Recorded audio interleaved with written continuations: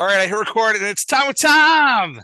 Hi, Yay, time Tom. with Tom. It's Hello, good vacation morning. time with Tom. We're on vacation version time with Tom.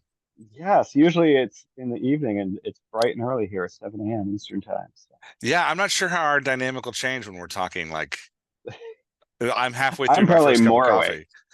Yeah. For Oh, are me, you? I will definitely be more awake. Oh yeah, I'm a morning person. You're a morning person. I did not Oh yeah. know. Interesting. Yeah, I'm So a man, when do I hit my prime? I force myself to work in the morning, but I really am like a 10 p.m. to midnight guy. That's when I get my can't best do work it. done. Yeah, I mean it's it, I have this thing which really affects, my partying, which would is a joke, but I wake up at 5 or 6 no matter when I go to bed. So pulling Mm. late nights, pulling all night, that sort of stuff is terrible for me because I think, oh, I can work till midnight because I don't have to get up tomorrow. And at 5:30, I'm like, hey, I'm up anyway. Yeah, So doesn't matter. yeah, anything after 10 p.m., my work quality goes way down. Yeah, this isn't an association with what you just said, but I used to have that same problem. And then I started going to therapy and I dealt with my like deep, not to say that you have deep anxiety like I do, but I dealt with my deep anxiety and now I can like sleep in. That's fascinating. This is really weird because I used to be like up at 5, regardless of what was happening. And I'm talking like Yeah. in the last 7 months. Like in the last 7 months, I used to be like for most of my adult life up at 5, unable to like sleep past 5:30, and I like hit the ground running. Like I just pounce out of bed. But yeah, this year I really did some like deep work with a therapist named Lawrence, who's great. Um, Helping me like process why I am the way I am. And it's been interesting to kind of let go of some things. And That's interesting. I wonder yeah, if mine's connected to that because I don't necessarily jump out of bed and get working. I wish I did. I often just lay there and think, well, this sucks. that's fine. Yeah, and I've actually been sleeping through the night. It's a weird thing. I used to, from when I was like probably from my dad died, I was like 21 until now I'm 46. I'd only sleep like 2 hours at a time and then I'd wake up. So there was a constant like I'm asleep for 2 hours and then I'm up for like a half hour and I had all these strategies to like manage being my mind racing when I woke up. And so now it's more like I actually sleep through the night and I wake up. And like today, my alarm went off at 6 and I hit snooze for 15 minutes. And that is unheard of. Like I don't even know what that is. But yeah, it was It's vacation. yeah, it's vacation. I am on a 7 month vacation from my anxiety, Yeah. which has been nice. Um, But sleep, it sounds like we're just babbling, which we are, of course, but sleep is so important with all of your work routines, whether it's writing or anything else. Being able to manage family, I mean, just like your, it just affects everything. Um, yeah, I think there was a hidden fear in a little like you hear the old like the stereotype of the writers from like the 50s, 60s, and 70s where they're like, how will I write without cocaine? Like it's that, yeah, I think there's a little fear of like, what if I stop drinking? Will I even be able to write? And I had that with my anxiety. I was like, if I'm not this anxious, will I be this productive? And the truth is, like, now that I'm in a healthier headspace and I'm like sleeping better and I'm not like Mr. Freak Out, I'm realizing how much time I was wasting just worrying about things. yeah, And that, like, no, I'm actually more productive now that I'm a healthier person. I'm making better choices as well. I used to spend a lot of time just doing things that, like, now I'm like, no, I don't need to do that. Like, it's a, yeah. So, anyway, that's yes. really great. I'm reminded of a book called Stolen Focus by Johann Hari, Hari, which I can't recommend strongly enough. It's all of the stuff about phones that you learned about in the social dilemma or anything about, Hmm. attention, what's happening to our attention span. But he also talks about diet and he also talks about sleep. Um, Mm, and both of those things are not what they were for the average person 50 years ago. Like interesting. the, the processed food is doing it and the not sleeping or blue screens before you go to sleep, all this stuff. And I have not fixed all those things, but I am at least mindful of them. but I have a long way to go to fix them all. Yeah, it's weird. Those I don't actually know the status of your dad, but there's a weird like dead dads club for those of us whose dad died. Uh-huh. Um, and mine, whenever the age that your father died, especially if he died when you were young, you tend to mark that as like this is when I shall die as well. My dad died at 49. So there's a weird thing of like me like getting healthy here at the quote unquote end of my life because that's how I think about it. I don't know. Now he died under like really weird circumstances. He was a whistleblower. There was like some foul play involved. Like it's not like, oh, what happened to him is going to happen to me, but you still get Right. this weird clock in your head of like the dead dad clock. Like this is when dad died, so this is when I'll die too. And there's a yeah, it's been weird these last couple because I'll joke about it with my wife and my kids. They don't think it's funny. Right. Well, I was just gonna say, I'm so glad you've got all those anxiety issues cleared up. Yeah, so I'm Uh, working on it. I'm like, oh, I only got 4 years left. I got to work on this stuff. I tell them though, I'm like, hey, the good news is that every year after 49 is going to be a bonus year for me. So my dad's 88 and still going strong. So, um, but uh, but to bring it back around to writing, I think the healthy writers would tell you that this whole like, oh, I'm only creative when I'm up all night, or I'm only creative when I'm drunk, like it's all crap. yeah, that was me. I'm only creative when I'm super anxious and like pressured to do something. And then you start creating circumstances, unhealthy circumstances, to put yourself in that unhealthy place because you've told yourself a lie that this is the Mhm. only way you can be creative. My creativity is way better when I've had a good nap. Like I write better stuff. I don't write as much Yeah. nonsense. Yeah. Um, Well, and it's this ridiculous, you know, what is it, cause correlation, whatever. But you've got mhm. writers like writers or artists who are alcoholics, like well, name as many as you can, and then you have musicians like Paul McCartney who there were Paul McCartney fans post Beatles, Yeah. but like you know so there's those sort of exceptions that people think prove the rule of like, see, drugs are good for creativity. It's, it's just not true by and Yeah. large. Young kids out there listening to this. Kids, you see kids. Um, my first blog was called "You See Kids." That's a throwback to the first thing I ever wrote. You see kids. I stole it from Christmas Vacation. Anyway, um, okay, let's do our questions. What are you working on? Okay. Um, I'm in the same place I've been for months, where I am hammering through a bunch of client editing work, which is fantastic. Um, I'm looking forward to, I'm trying to plan early next year having a much different schedule where one big part of what I was doing is replaced by creative writing. We'll see how that goes. Mm, So right now, not a whole lot of creative writing going on. And if there is creative writing going on, it means I don't have enough work right now, which is scary. So, but the idea is I'm looking for next year to have a solid 2 to 3 hours a day to work on writing career, which all the other things have always been sort of pointing to that. Like I know everyone says, oh, when you finally become a full-time writer, it's not as great as you think, but I would really like to try that and yeah, I'd like find to out do for that. myself. Yeah, I'd like to find out for myself. So the idea there would be, next spring, uh, if the writing starts paying off, then the editing starts tapering off until it's just writing, which is much easier to taper off a freelance type gig than a day job. So um, yeah, so I'm not working on much. I'm still in the middle of two different um, books that I started last year. One in the dash, one of them, and one of them for something else. But one of them that was going to be, the summer blockbuster of 2022, and now yeah. I'm still not done. Uh, but that's fine. And yeah, great. Lots of editing to do, which is fun. Okay, nice. And you're doing some fiction. I'm doing some fiction. It feels good. It's been I don't think I planned it this way, but I about a year ago, I probably shouldn't talk about this, but I'm gonna talk about it anyway because that's what we do in here. Uh about a year ago, I started and I've talked about it on the podcast before. People probably Yeah. know I started a theological memoir that like I've spent a year working on.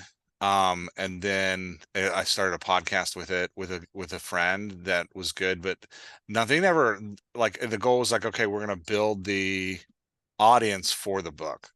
And the audience didn't build. And it's as I so we kind of took a step back in April. I finished the book. We took a step back in April to be like, what are we doing wrong? Like what's happening? And as I've taken a step back, I've looked at the market and like what the market I was trying to reach.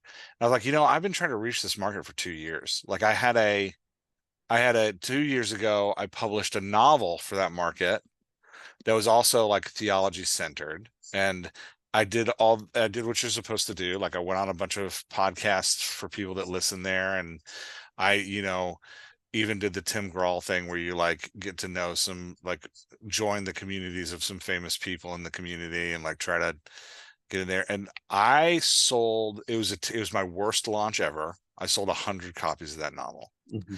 which hurts because it's my best. It is my best book, but the launch was a total failure.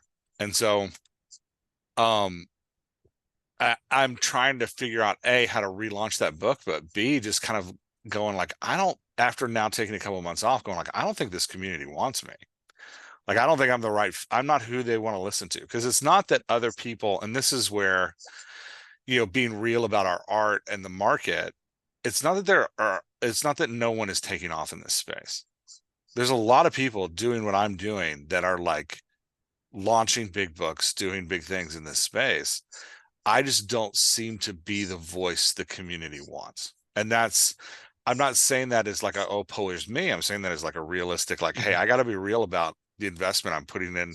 I've had 2 years now and started a podcast and done a ton of interviews and invested a ton of time trying to engage in this community. And I'm thinking about launching another book in it. And I'm looking at it like, I don't know that this is worth the investment. So my publisher and I are talking because I do have a publisher for this one, and he's still optimistic about the book. I'm less optimistic. We're Hmm. having a conversation about it. But that being said, it's been, looking back on the last year, yeah, I've launched 4 dialogue doctor books and written this memoir, and now I'm finally writing fiction again after a year, and it feels really, really good. Is the audience you're trying to reach evangelicals or lapsed evangelicals? Lapsed evangelicals. And there are people working in that space. There's a lot of them. Yeah. I actually think the problem is there's a lot with much bigger platforms than I have. So I'm kind of, you know, Mhm. I'm a very small person waving a piece of paper in a group of giants. And there is a like there is a I'm dealing a lot. I'm going to share this because I think it might help other people. I'm dealing a lot with like a sense of calling and mission. If you grew up in the American church, you have this sense of like you sacrifice for duty, right? Like sacrifice for like to like get the mission done. So there's a deep sense of like you're supposed to do impossible things that there's no way you can succeed. You're supposed to be David with your stones and walk out and slay whatever giant, whatever you name the giant, right? Like it's always relative as to like who you Mhm. consider to be the giant at that moment. There's but there's this like ethos of like with if I'm doing noble work, it will be blessed by the divine and succeed. And I've really been sorting that old belief out in my head a lot. And I'm realizing how much those kinds of worldviews impact my publishing decisions. And like, so putting that view aside and like setting that down and then really taking a look at like, what am I seeing in the market? I've spent 2 years trying to break into a market. And I'm not saying like I've thought about breaking into a market. I did 52 podcast episodes in a row, and we interviewed like big names and brought on big people. And people would come like, I can share stats because when nobody ever talks about podcast stats, it's infuriating. People would come, like if I brought on a big name, I'd get like 350 listens for that week, 400 listens for that week. I'd be like, Mhm. oh, here we go. This is like something this, and then I'd be back down to 50 the next week. And like we never broke 50 to 70 listeners. And it's like that's not a book launch, right? Like No. you can't launch a book with 50 people. I mean, you can, but it's going to be a small launch, and it's got to be a launch that builds to the next thing. And I'm 2 years in going like this chipping into this market. If I launch this one and I had 100 readers in my last book, which again, I think is the best thing I've written. If I launch this one, I get 300 readers. This is not a path to a career, right? Or this is not a No. path to like even a sustainable like voice. This is like me publishing for people that have a direct connection to me, which there's nothing wrong with that, but that's not why I would be entering this market. So I'd be entering this market to try to do something that makes a difference, to try to join a conversation, to try to like, add to the corpus discussion. And that's not what this would do. So I don't know. It's a weird, that to say, I got back to writing fiction and it's such a joy. Like it's one of those things of like, I start writing, um, I'm working on Nerds season 2, that I co-write with JP Reinflesh. And it's just fun. It's like, I look forward to it. It's a good, like, I sit down at night and I'm like, yeah, I'm going to spend, an hour. We're bullet journaling an old scene so that I like understand what's in that scene, or actually like starting to put together a new scene, and it's really great. So Mhm. yeah, that's what I've been working There's on. also, I was just going to say a couple things about all that. One, with working on something you love, um, as opposed to working on something that has caused you deep anxiety. Um, the Yankee in me is like, oh man, don't throw that thing away. But my concern for you would be if you published the memoir that you would then feel committed to promoting it for the next 6 months, and Yeah. it's a headspace that you don't enjoy. So I don't know if you can get away with this with the publisher, but be like, hey man, you want to publish it? Go ahead. Just know that I'm not going to be, you know, Well, I, yeah. The other like thing I'm put it fighting out is, there. It's already done. yeah, the other thing I'm fighting is that I hate to waste work. So I'm Yeah, that's what I mean. like, I That's spent what a I mean. year, I got And 60,000 words. Like, let's get this out. they may be a traditional publisher, but I guarantee you they're gonna POD the thing. So Hmm. um, they don't have to put much money into it to get it out there. It's not like they're committing to print 20,000 copies, and if you're not behind it, No, whatever. So no. I think maybe that's a path that might work where you say, hey, I'm sorry, I'm not. I don't know what your contract is in terms of publicity, but if there's not a contract in terms of publicity, then just say, okay, publish the thing, go for it. Yeah. And But I'm gonna be over here doing something that yeah, brings me joy.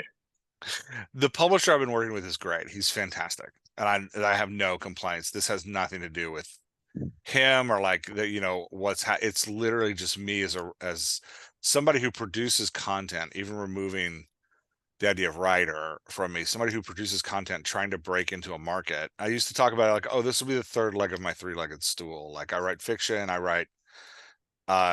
work with writers, and then I write theology. I was like, this will be trying to get that third leg up has been like a huge commitment, and it's not working. So at some point, I think as creatives, there's a place where we got to be like, I need to recenter.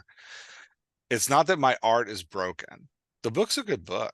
Like I believe in the book. It's a good book, but it's just that like there doesn't seem to be an audience for what I have to say right now in this space. And so like how much do I just scream at the wall? Like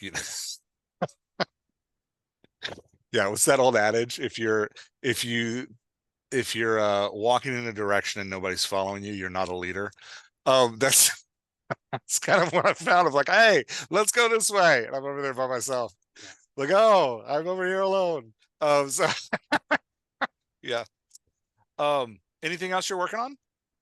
No, that's it. Okay. Same old. Best story you've consumed lately. Oh, I just finished a new book called The God of the Woods by Liz Moore. Ooh. Uh, she wrote about 5 years ago. She wrote a book that I absolutely love called Long Bright River, um, which was incredibly reminiscent to me of Dennis Lehane. Hmm. For those of you who don't know Dennis Lehane, he's a Boston writer who wrote Mystic River and Gone Baby Gone, which were both made into movies. He writes mysteries that are intensely social and family um, layered. Hmm. So Long Bright River was about two grown sisters in Philadelphia from a horrible, horrible background. One who was a drug addict and one who was a police officer. Hmm. So you can sort of see the conflict writing itself.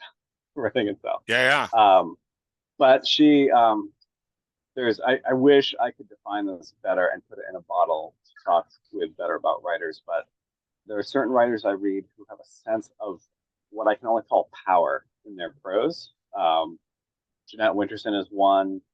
Trying to think of, Toni Morrison in a way, that sort of thing. Like it just pushes you from behind. It's Yeah. like you're at the front of a wave. It's like you're on the front of a wave. Uh, and it's not flashy, and that's why it's really hard to define what's doing it, but it's just like commanding. And Yeah. Liz Moore writes that way. That's how Liz Moore writes. And this new Mm. book, God of the Woods, uh, is starts in 1975 at a summer camp where a 13-year-old girl has gone missing. Mm. But the 13-year-old girl is actually the daughter of the people who own the camp and sort of own the town. Extremely wealthy. Um, you know, and so then it flashes back to earlier things that have happened with that family, but several of the people involved in the camp who are poor also have narrative arcs, as does one of the investigators, who's the first female investigator for the state police in that part of New York State. So Mm. it's one of those things where it's close third POV, but it covers several people in several time periods, which is totally my jam. And because it is a mystery and not literary fiction, it wraps everything up, which I love. Nice. Yeah, just read it over the course of 3 days, about 600 pages during family vacation. So That's great. gives you an idea of how much I wanted to read the next page and the next page. So Yeah, just plowed through it. yeah, and it works, even though like she does some real jumps where she'll leave you on a little bit of a cliffhanger and then not come back to that person for a good 50 pages. And she waits just long enough where you almost forgot what happened and then brings you back. Nice. Um, and you know, gives thoughtful motives to everybody. Um, and Yeah, and it's hard to tell who the villains are because everybody's slightly flawed. Mm. Um, and and there's some people who are obviously horrible people, but that doesn't necessarily mean they're the villain of the story, which Yeah. I think is interesting.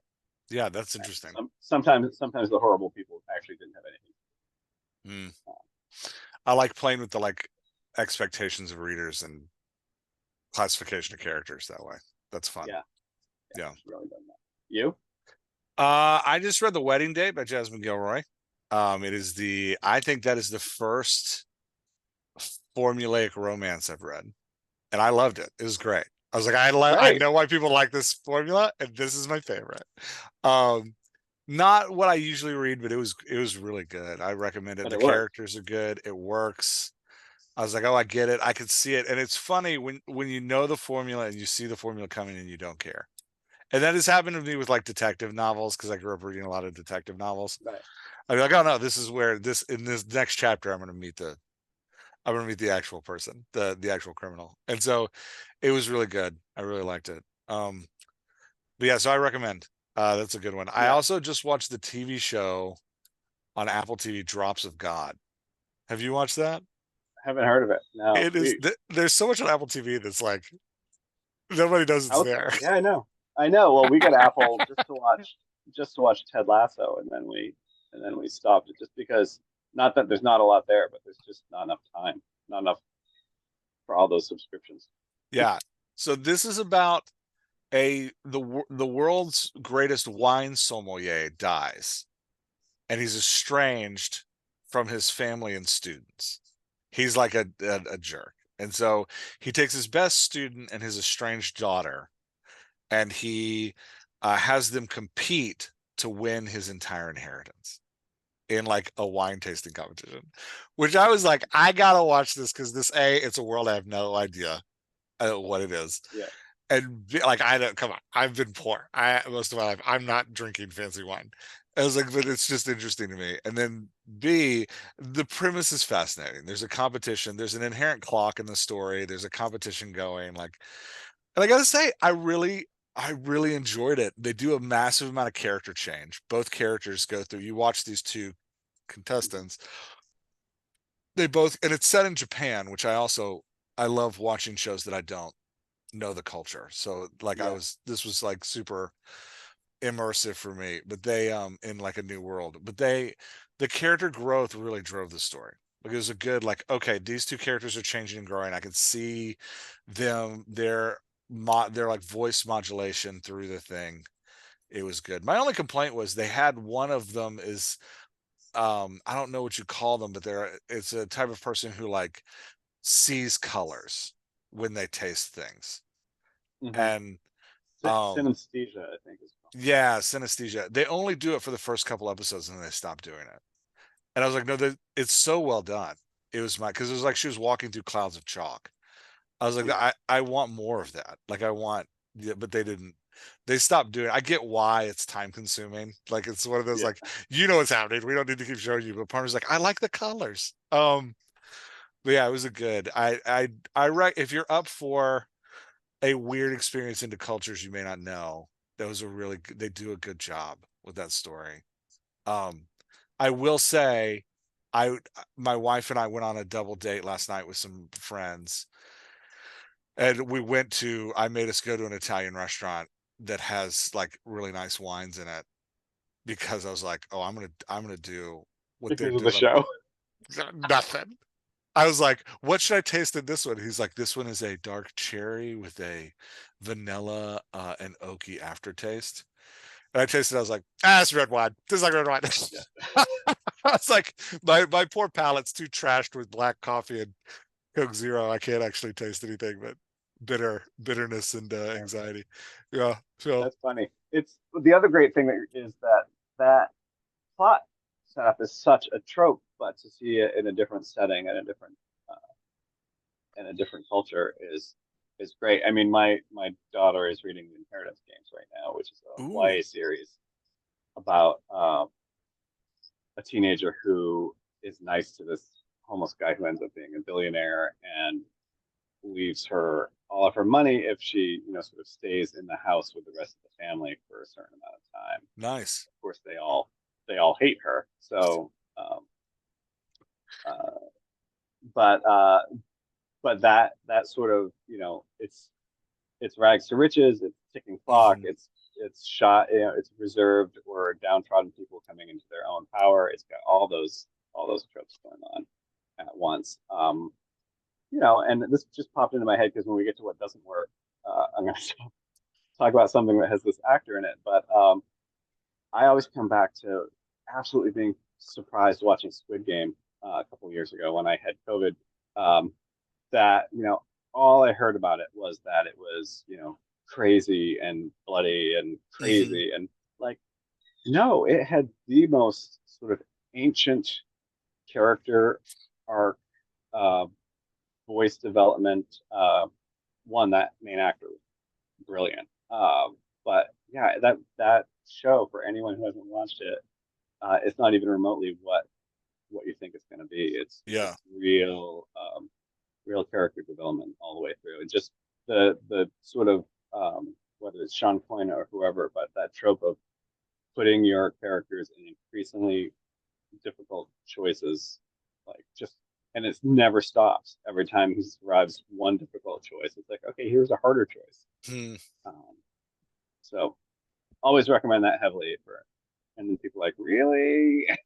And it's Yeah. like, trust me, it's Yep. no bloodier than watching, almost anything on TV these days. Yeah. Super true. It's just shocking and surprising the violence. So it takes a little getting used to, but Yeah. it's not like watching a Tarantino film.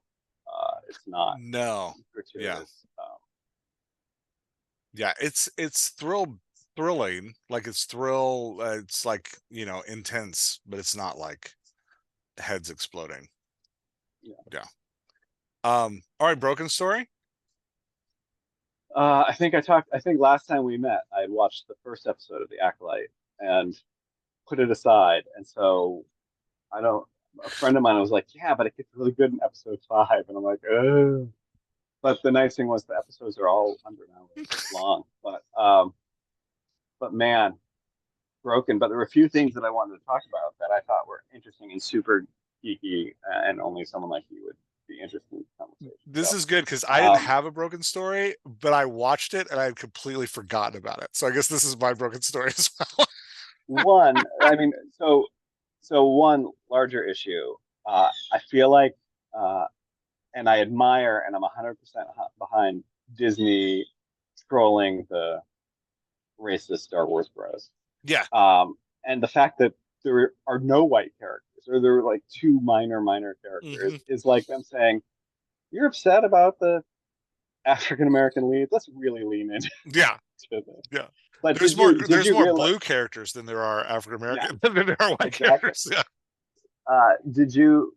But did you notice that Soul is the guy from Squid Game? I did, yeah. Uh, Yeah. and he doesn't know English. He He doesn't know still English? nope doesn't know English. Wow.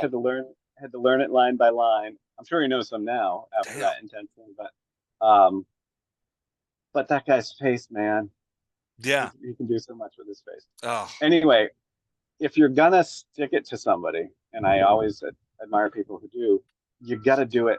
You got to nail it, Hmm. right? It reminds me of like when Obamacare rolled out and the website didn't work. It's like, you had this chance to like be like, boom, this is what we're talking about, Yeah. and and you just tripped over your own feet. Yeah. And I feel like that happened here. And I don't want to put in too many spoilers, I but do want to know where you character think it wise, happened though, because I've struggled with this one where I think specifically. what happened, where it Where broke. it broke down. Um, I think I think the writing's fairly weak. Uh, the choreography was amazing. Yeah. I was like, okay, if you can't write characters, let's just have a great sword fight in every episode because the sword fights were fantastic. Um, I think I think the premise of twins is always fraught, Hmm. uh, and I think they were trying to show dual character arcs that sort of twist where one ends up where the other one started. Yeah. And I admire all that, but they did the twist a couple times where what they were pretending to be each other, and I just I just lost track because the character wasn't ripping enough of like I don't care where they are in their journey range. Yeah. And then when they did the final twist, I didn't feel like it was earned. Interesting. Um, so That's true. at the end at the end, OSHA has a fairly strong character shift that I didn't think was earned. Hmm. I thought they retold the same story several times, Yeah, which they for a did that very too. short series is weird. It's like we're going to show the scene again from a different angle. Now we're going to show it again from a different angle. Now we're going to show, and it's like you're not Rashomon people. Like we get it. We get what happened there. We don't need to see it again. There weren't any huge reveals in telling that whole backstory. And I have to tell you, the whole thing, for reasons I cannot explain, had a vibe of Lost, the show Lost, which I Yeah, it adored, did. but was just I can't even describe how much that show let me down. Yeah. I Lost I in terms think of it like, oh, so much potential. yeah. Okay. Okay, we lost you there for a second, but you were saying that Yeah, yeah, Lost sorry let you about down. that. Yeah, Lost let me down. This was like, oh, I like what you're doing. And then I feel like they had promoted the series as being more about the Sith, but they never really got there unless season two was going to. Um, and if there's going to be a season two, Yeah. uh, the yeah, so it just didn't feel right the whole way through, and I think it was, and I don't want to. put blame on the main actress because I think she was working her butt off. But I didn't. Uh, I, it's hard to do nuance when you're supposed to be two different characters. I mean, unless you're freaking Orphan Black, which that But woman yeah, is I don't even want to talk about that. It's incredible. amazing. Yeah. This this main actress is a young woman who's also like learning martial arts and all the Yeah. other stuff that she has to do. And it's like, okay, now you're OSHA and you're mad. And now, but you're talking with May and she's mad. But now you're OSHA and she's sad, but May is angry. And like, I don't know how anyone would do it. And it's just like, you didn't need the twin thing. They could have been, Yeah. they could have been brother and sister. They could have just been sisters. Hmm. You didn't need, because the times when they sort of took each other's places, nobody was convinced. It didn't really matter. Uh, Yeah. didn't really matter. Yeah. So all that thing. But here's the really little thing that just stuck with me for days, which is so small and weird, but highlight of the show, Manny Jacinto. Yeah. I was Who gonna say the same um, thing. Yeah. oh one he goes from being Jason Mendoza in The Good Place to being this super sexy, mysterious. I mean, just unbelievable, magnetic, attractive Yeah. figure And the perfect villain. who's Like just the, who's well, here's my issue. He's that sort of Thanos villain where everything he says makes sense. Yep. Right? He's completely convincing, except for some reason they show this shadowy figure, which we assume is like Darth Plagueis or I don't somebody. know Like why they did that. Yeah. they do it because they're trying to say like, oh yeah, we're getting to the Star Wars stuff, right? Oh yeah, fans, we're getting to the stuff that's in the books, to Darth Plagueis and Plagueis or Darth whoever. What it does is it makes, I mean, they just call him the Stranger, I think. I can't remember Hmm. his name, or Kieran or something. I'm gonna call him Manny, Yeah. but it it makes Manny a puppet, Hmm. and as soon as you do that, all of his arguments are false, Yeah. right? He is not a loner who has rejected everything and is forming his own philosophy based on his own individuality, which is everything that was magnetic about him. Yeah. Everything that was magnetic about him was you don't have to do it the way the Jedi's do it. Hmm. You can do your own. You can be your own person. You can do your own thing. Yeah. And then you find out, well, actually, he's just somebody else's. Yeah. Um, and I cannot figure out why they did that, except that they weren't thinking, or maybe I'm the only person that hung up on that kind of thing. But I just felt like it robbed him of like 80% of his power as a character. Yeah, no, I'm with you. And I think it's hard when you're, this happens in books I read and books I write all the time, when the side characters really eclipse your vehicles. When like the Mm-hmm. characters that are like supposed to be supporting cast members really eclipse what's happening in the main Right. storyline. Because then you're like, I just want more of that guy. Like I just want to see more of that. I want to spend more time with that character. Mm-hmm. um it's hard, but I think you're right. My central problem was the story. It's supposed to be this like big unveiling of this horrible thing that happened, a piece at a time, and by the time they finally get around to unveiling all of it, I'm like, oh well, that wasn't that big a deal. No, it No, wasn't. that the wasn't. the big Okay. deal was the big deal was that Soul had lied about it and then suppressed it so deeply that he actually believed his own Yeah, crap. but even the reason that he lied, But or they like did. what, it's like I don't, you Yeah. didn't need to lie about that. Like there was a No. No. like this Right. is, yeah. Yeah. Yeah. It was too bad because uh, I feel like they need to really, if they're gonna fly in the face of the hardcore fans, which they should, because those fans are crazy. Yeah. But if they're gonna do it, they have to nail it, and the Yeah. Acolyte just did not nail Yeah. it. Just did not. Yeah, And that's a to the good point one. where it's like, why do you keep doing these? Yeah. I mean, Okay. I felt the same way about Ahsoka, except that it was so much more beautiful, and I liked Yeah. the characters so much better. And But I will man, that say I think the acting in Acolyte is better. I think the characters in Acolyte, like the side characters especially, are stronger. I think the actors are better than Ahsoka. But you're right, Ahsoka has a little bit more depth to it in storytelling that I think makes it stronger, but it's the same. It's like, oh, this isn't what I was expecting more from you guys. Yeah. Um, I think part of the problem is that the initial trilogy was a cowboy action. Yeah. The prequel trilogy was a political thriller. Yeah. And so when you're going to say let's do Star Wars, what are you actually saying? What are you actually doing? Yeah. What are you actually saying? And a lot, and like the men, I think people like the Mandalorian because they're saying let's do the original Yeah, let's go back to the trilogy. cowboy western. Yeah. But when you watch Acolyte, they're clearly doing the politics of Jedi's, which I've always find kind of fascinating. But I just think Clone Wars did it so much better than the original trilogy. Uh, Yeah. and Yeah. The cartoon. Clone Wars always made sure that every episode had a ton of action in it. Hmm. Also, and so Ahsoka just takes so long. The burn is so slow, just mind-numbingly slow. Yeah. Um, It's interesting to me. I'm not sure why. And again, I'm not huge into this fandom, but they set up this like third trilogy that was supposed to launch a new world of this series, and they keep going back. They keep going backward. yeah, And it's hard to go backward. Prequels are tough because you know how they end.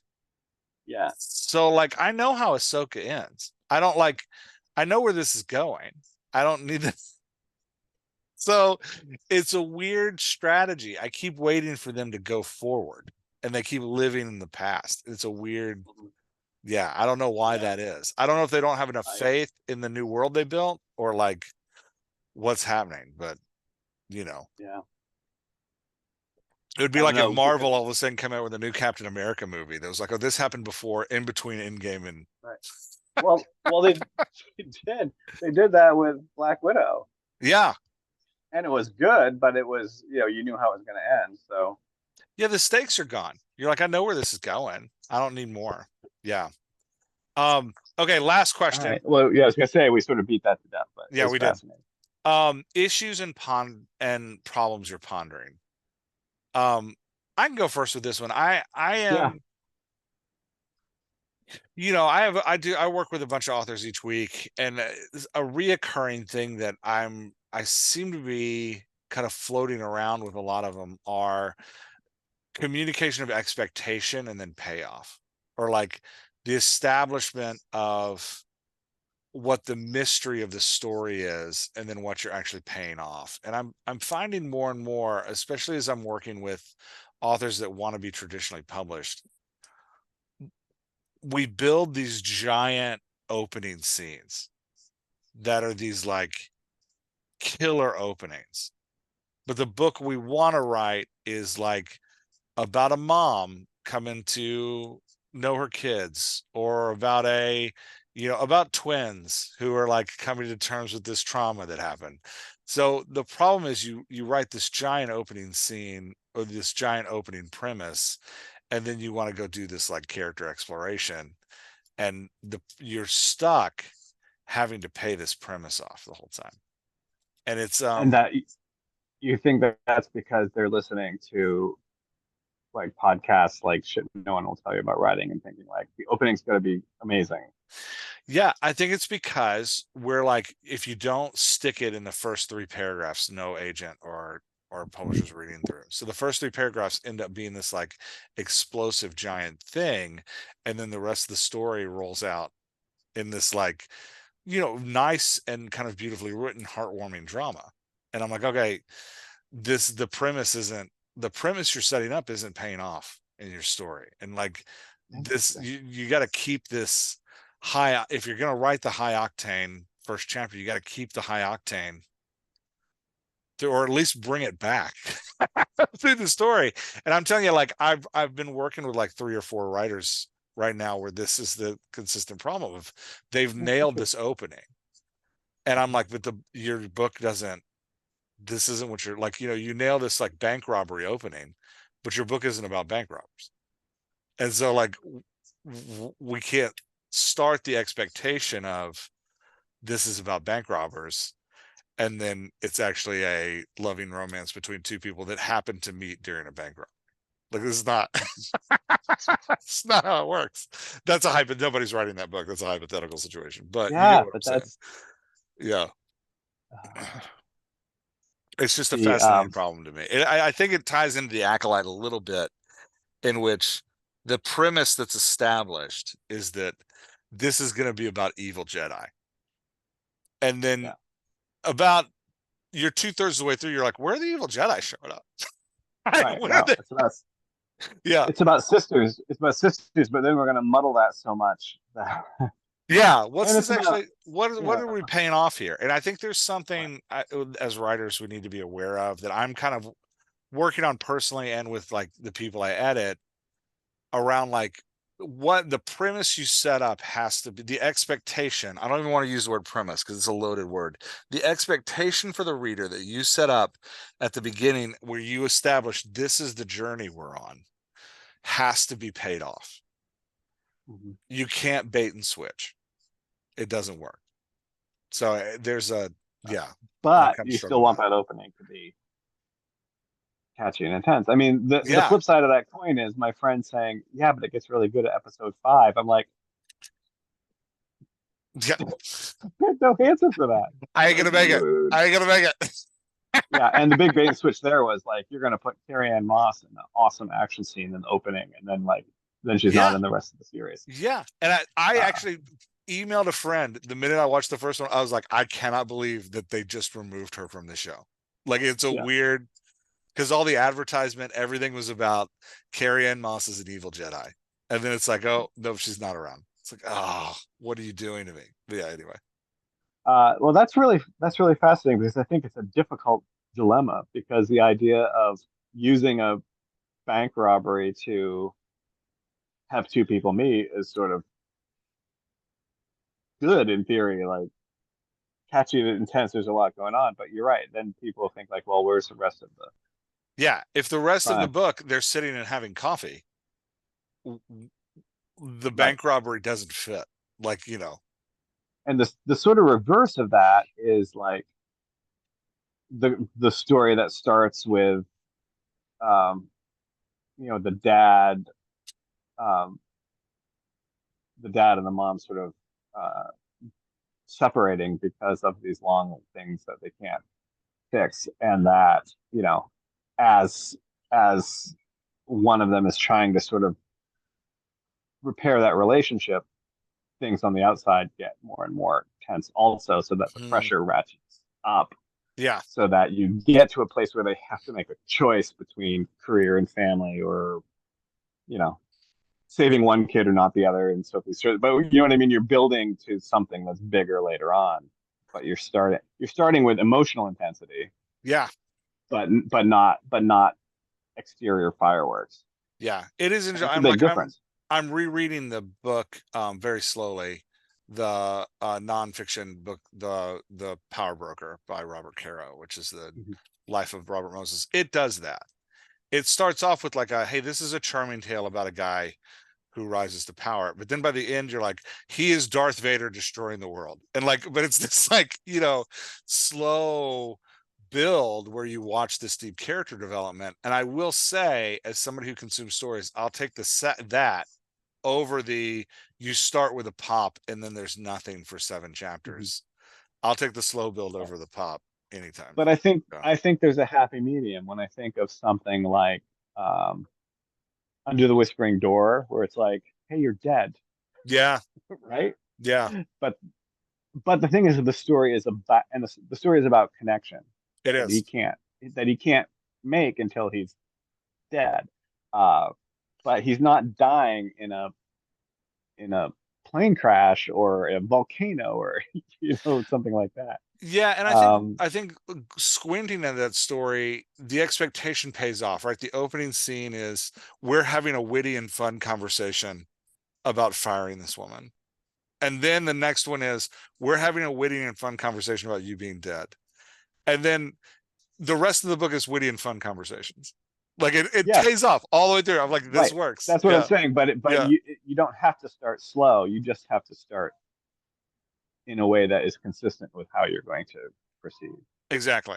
Yeah. And I think that the thing Yeah, is that's like, fascinating. how do you pop that opening chapter like everybody wants us to without the Bait and switch. bait and switch or the false kind of setting up false expectations of a like Mission Impossible movie when you actually want to write the wedding date. Like, how are you like, anyway. Yeah. What about you? Dude, What are you seeing issues you're pondering? just a side. Did you ever watch Dr. Horrible's sing along blog? Oh my gosh, I loved it. Yeah, it was great. Back before, back when we all loved Joss Whedon. There's a Hmm. scene in there where he says, "How did your double date with bait and switch go?" And he goes, "Well, it was a little disappointing. I thought I was going to be going with bait." That's fantastic. That's really great. It's so good. So I have a thing which is not I think just a piece of advice that came up. I'm working with this really great guy, first time author, and he's already built, the 9 book world in his mind. Mm, We know several people like this yep. in the dialogue doctor community, and how hard that is. Hmm.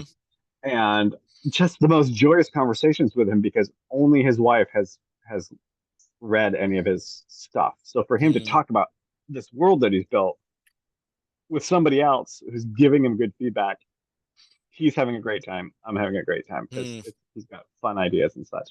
Um, but a piece of advice: his story is built on 3 characters who don't meet in the first book, which is pretty challenging as it is. mm. So we were working on like making sure the world building ties all of their concerns together, Yeah, so yeah. it makes sense that you're talking about them.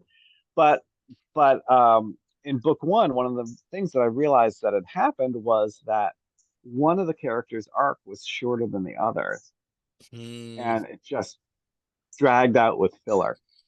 Just yeah. dragged out with filler, and it's something that he, as an author, couldn't see. But you know, I'm like, this character is so good, but he's just dying on the page. Why is it? And I finally realized it's like his story ended on page 40, Yeah, he's and been you've done for dragged a it out while. over Yeah. 400. You need to either give him more story, Yeah. or you need to make him not one of the main 3. And he actually was, we started talking about what happens in books 2 and 3, and we realized we could pull some of that story back in a way Mm, that thematically worked. But it's just something to watch out for when you're making. I mean, there's so many dangers when you've got multiple leads. One is that everyone's going to like one of them better than the other, yeah. uh, and and how you deal with that if people are skipping. I've heard people say, I haven't. I'm going to admit I have not read. Um, I have not read the George Martin, just because nobody's got that much time. But I know several people are like, yeah, I just skip that character's parts. I just I like found myself skip forward. skimming. Yeah. Yeah. Yeah. I didn't like Uh, personally Brianna of Tarth. And whenever we got to one of her chapters in like the later books, I was like, I don't need to know this. Yeah. yeah. So, and you don't want nobody wants that for Yeah. their readers. So it's just a piece of advice if you've got multiple character storylines, that make sure that their sort of arcs are, well, I mean, plan their arcs out for one. I mean, Hmm. even if you're a discovery writer, like, know where it's going to end, Yeah. and try to pace it out there. But to be a discovery writer and write multi-character arcs, I think is crazy. So more power to you. You can do It's it, tough. It's tough. but I it, think, it yeah. it's hard. A lot of time my advice to those, if you've got like a manuscript, if you're feeling this, you've got like a manuscript where you're like, man, this character just kind of doesn't have any change. What do I do in the future chapter? Like if you're a discoverer, like what do I do in the next chapter to generate change? The answer is often go back to the start and make them worse.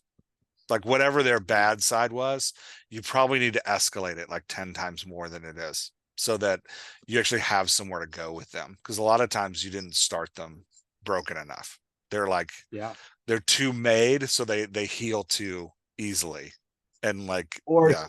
yeah, or sometimes you skip the important parts. So in Hmm. this same story, there's another storyline where these are two characters that are uh, male and female, and they've been best friends forever. But the book starts where things start going wrong between them, Yeah.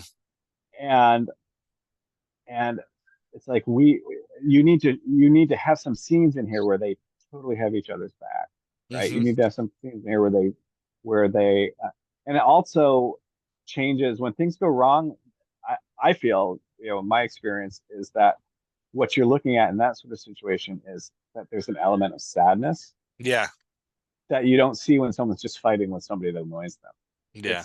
It's frustration, like, why are you changing? Why is this happening? And Yeah. What's sadness. going on? Yeah. And just like, you can't assume that because you tell your reader that this is how the characters used to be, they're going to be like, oh, okay. Hmm. So now you've got to build that change. Speaking of Dennis Lehane, people who've watched Gone Baby Gone, have you ever seen the movie? Gone Baby Gone. Yes, I Yeah. think so. Um, people who have watched the movie are getting totally robbed uh, because it's book four in the series, Oh, wow. and it has book one is the detective and the male detective and his partner, who is his childhood friend, Hmm. who he's been in love with his whole life, but she's married to someone else. And book two, that someone else ends up, not to be too spoilery, but bad things happen with Hmm. her husband. Book three, they end up coming together. Interesting. And so at the beginning of Gone Baby Gone, they are detectives who are also boyfriend and Yeah. girlfriend. Yeah. Yeah. And it's devastating in the movie when at the end they actually split up because they can't agree on this Yeah. case. I've never I One of the few movies where I walked out and people on the sidewalk were discussing like who did the right thing, Yeah. which is It's a great. great, My it's a God, if you great, could do yeah, that. it's a great, yeah. But when you're reading, those three books have built this incredible strong relationship, and then it Mm, falls apart in book four, and like, you're crying in the middle oh of a man. thriller, not because of the mystery, but because these two characters are falling apart. Yeah. Uh, and you can't build that all the time, but you can't start with saying they were really best friends, Yeah. and then immediately have the conflict. That's Um, interesting. so I you haven't gotta read those books. I'm gonna have to go get the check them build. out. Yeah. They're very 1990s, Okay. but they're very smart and funny, very Nice. funny. So, oh, the other thing, speaking of funny, you were talking about how a side character can take over, and I think you're probably talking about Nerds, where that you're dealing with an ensemble. How much how much classic TV have you gone back and watched? Because this happened in every single great It TV totally show. did. Yeah. WKRP was supposed to be about the station manager, Hmm. right? And like, by the end of season one, it's about the crazier Yeah. characters.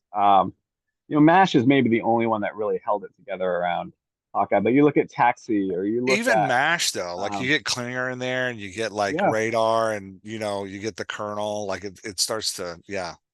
and they were able to build to give those characters their own stories in some episodes, Yeah. which is great. So they took them from being side character jokes to making them full flesh characters, Yeah. and they should have known to do that from the beginning. But I think part um, of what I haven't like done an official study of this or like I don't have any academic work to cite, but what I've anecdotally noticed is that in modern group shows like that, whether they're group dramas or group comedies, they've changed the writing so that the Hawkeye character, the like stable character, ends up being an anchor that has really like an anchor for the cast, not anchor like we talk about in vehicles, engines, and anchors, but yeah, like the mainstay, the oak for the cast that everybody else rotates around.